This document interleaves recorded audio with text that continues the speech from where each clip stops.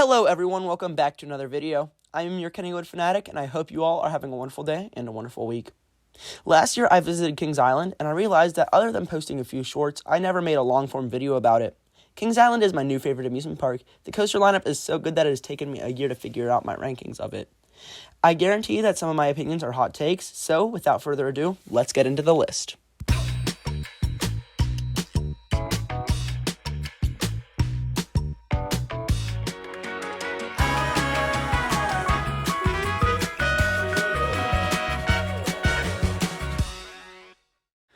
Coming in at number 14 is Flight of Fear. The queue has cool theming, but that's the only thing I like about this ride. This ride is a piece of crap. I'm almost 6 feet tall, and these trains are very tight.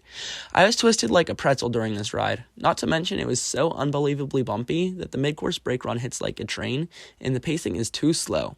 What's funny, however, is I really like Joker's Jinx at Six Flags America, so much so that it's in my top 30, which is a clone of Flight of Fear, just outside, and without the mid-course brake run.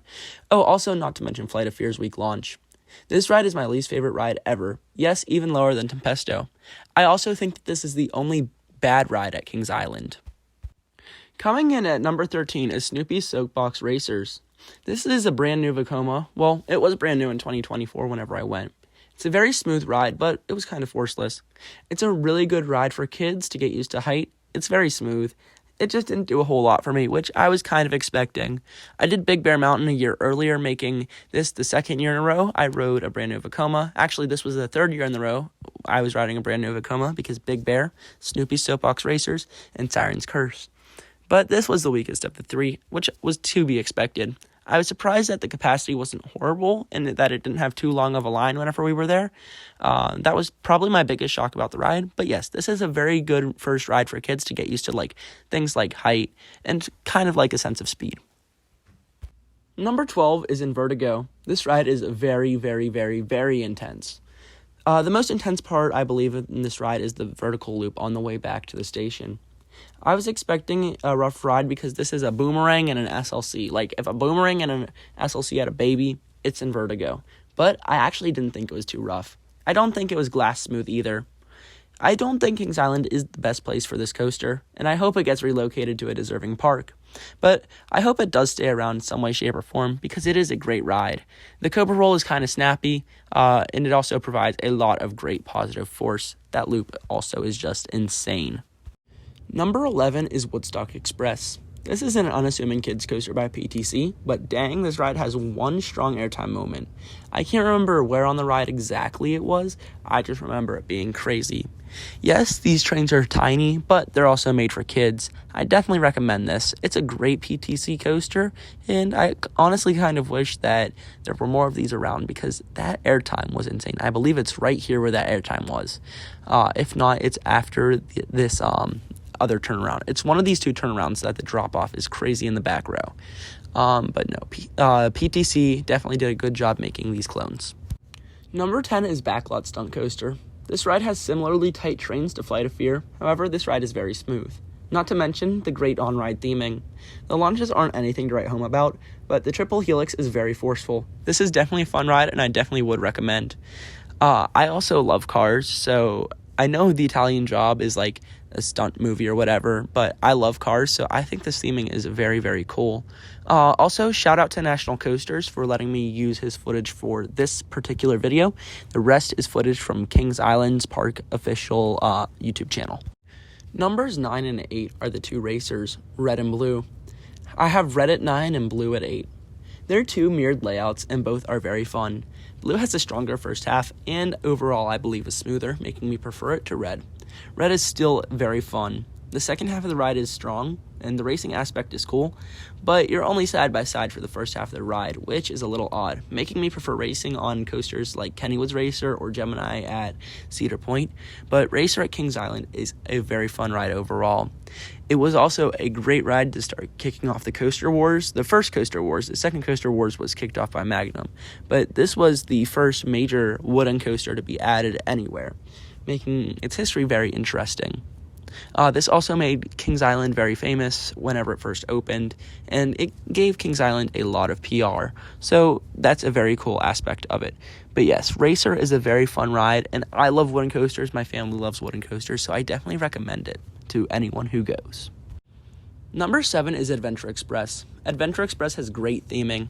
I love the aspect of having the track switch set wrong and going the wrong way. The tunnels are fun, and the monkeys on ride are very funny. I think it's very cool that the park came in many years later after this ride was added and just put in more theming. That's a very cool and neat thing to do for a ride like Adventure Express, which might have been on its way out. This ride is not smooth in any way, shape, or form, but it is so janky that it's fun. This is by far my favorite Arrow Mine Train over Cedar Creek Mine Ride and Gemini. I will also be getting on Trailblazer at Hershey Park later in the week, as I'm going to Hershey Park. So we'll see how that stacks up, but I'm assuming this is still going to be my favorite. Overall, a great ride. It's very, very fun. Also, I love the trains. They're just very cool. Number 6 is Banshee. I only got one ride on this behemoth because it hit a dude when I was there. Yes, I was there whenever it hit that guy. Apparently he was jumping some fences that he should not have been jumping, and right after the 0G roll, it hit him because he lost his keys. So that's kind of unfortunate. But I rode it in the front row, and I thought it was so smooth. The pretzel knot hit so hard, and the inline twist had great hang time. I still think I prefer Alpengeist to this. I think this is still my second favorite overall B&M invert. I'm getting on Great Bear next week, like I was talking about earlier, so we will see what I think of after that, but Banshee is definitely a great ride. I definitely think it's a lot smoother than people give it credit for. This is just a very fun ride, and I definitely recommend it. B&M did a good job with this, and I hope they add more inverts because there hasn't been a B&M invert added to any park in a while. Also, this inline twist is insane. Like, it's so good. I love the hang time on it. Number 5 is the Bat. Bat is very fast-paced. It's an aero suspended coaster, and its swing angle is very high, offering great forces. The front car is my personal favorite row on the ride because you go flying into the brake run. Iron Dragon at Cedar Point is more of a boring ride, so my expectations were very low coming into this. They were just blown out of the water. This was my version of Blue Streak here because Blue Streak at Cedar Point was one that I had zero expectations going in for, and that was the same thing with Bat. And having it be tucked back in the park and not many people knowing about it just made it very interesting. Not to mention the setting with the lift hill looking up into the Great Wolf Lodge, and then it's kind of like a steel beast. Like, it's not too long, but it's definitely back in the park. Coming in at number 4 is Mystic Timbers. This is a great layout with very well-themed trains and great theming in the queue. The audio track is very, very good. However, there's one thing that I see hurting this ride from climbing in my rankings. It's lap bars. Seriously, Millennium Flyer lap bars do not allow for any airtime. It's fine for their twister layouts like Thunderhead where airtime isn't a focus, but on Mystic Timbers, it detracts from the ride so much it's not even funny. If this had better lap bars, it might even place higher in my overall rankings. This still managed to place in my top 10 in 2024, but it's not even in my top 20 right now, so we'll see how it goes. But yeah, Mystic Timbers, great ride. As you can see, the pacing is great, but those lap bars, they just don't allow for any airtime, and I just don't understand the hype behind it. Number 3 is the Beast. I've said it once and I'll say it again. This is not a good coaster. It's a great ride experience. I love it in row 1 because it's just you and the track. My rides on this were very cool. I got stuck on the second lift hill twice, and once in the front row and once in row 17. And we got last train of the night in front row when the trims were not hitting at all. The Beast is not a good coaster, but it's a great ride experience. It's unlike any other that makes it high up in my rankings.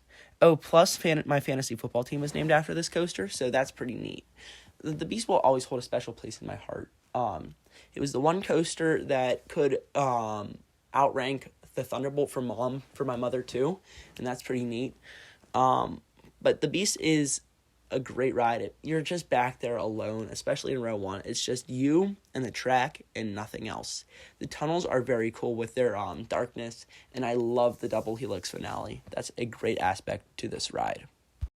Number 2 is Orion. This B&M Giga Coaster is a beast. The drop is insane in the back row. The strengths allow for so much room and so much airtime, and the sense of speed is unmatched by anything else in the park. Every element delivers. I even thought the speed bank, which everyone dogs on for some reason, was a great element.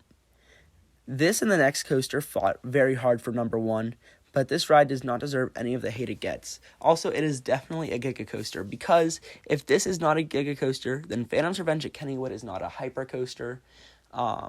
This is a great ride. Also, those trims right there, they don't really affect the ride in any way, shape, or form. I do think this ride was great, and I hope that I can get on it again soon, and I hope I can experience other B&M Giga Coasters very soon. I definitely like it a lot more than Millennium Force at Cedar Point, so it's definitely a great ride, because I love that thing. Number 1 is Diamondback. Yes, this has a very bad rattle on the back row, but the back row does have the best ejector on the drop and great flow ejector on every hill. It honestly might not even be flow ejector. It might just be borderline ejector that lasts as long as floater air time, because I swear it's crazy. This ride is what made me fall in love with floater air time. I think I honestly prefer floater to ejector at this point because of Diamondback. It's just a great overall ride. Every element on this ride hits. There's only one dead spot, and that's the last helix. This is my third favorite overall Hyper after Phantom's Revenge and Steel Vengeance. I don't foresee this changing anytime soon. I love this thing to death, and B&M did a great job making this. Anyways, that's going to do it for today's video. I hope you all enjoyed it. If you like this video, smash that like button and let me know what your list is in the comment section below. Shout out to National Coasters and Kings Island for letting me borrow content for this video. Please exit safely to your right and then have a great rest of your day here at Kennywood Park.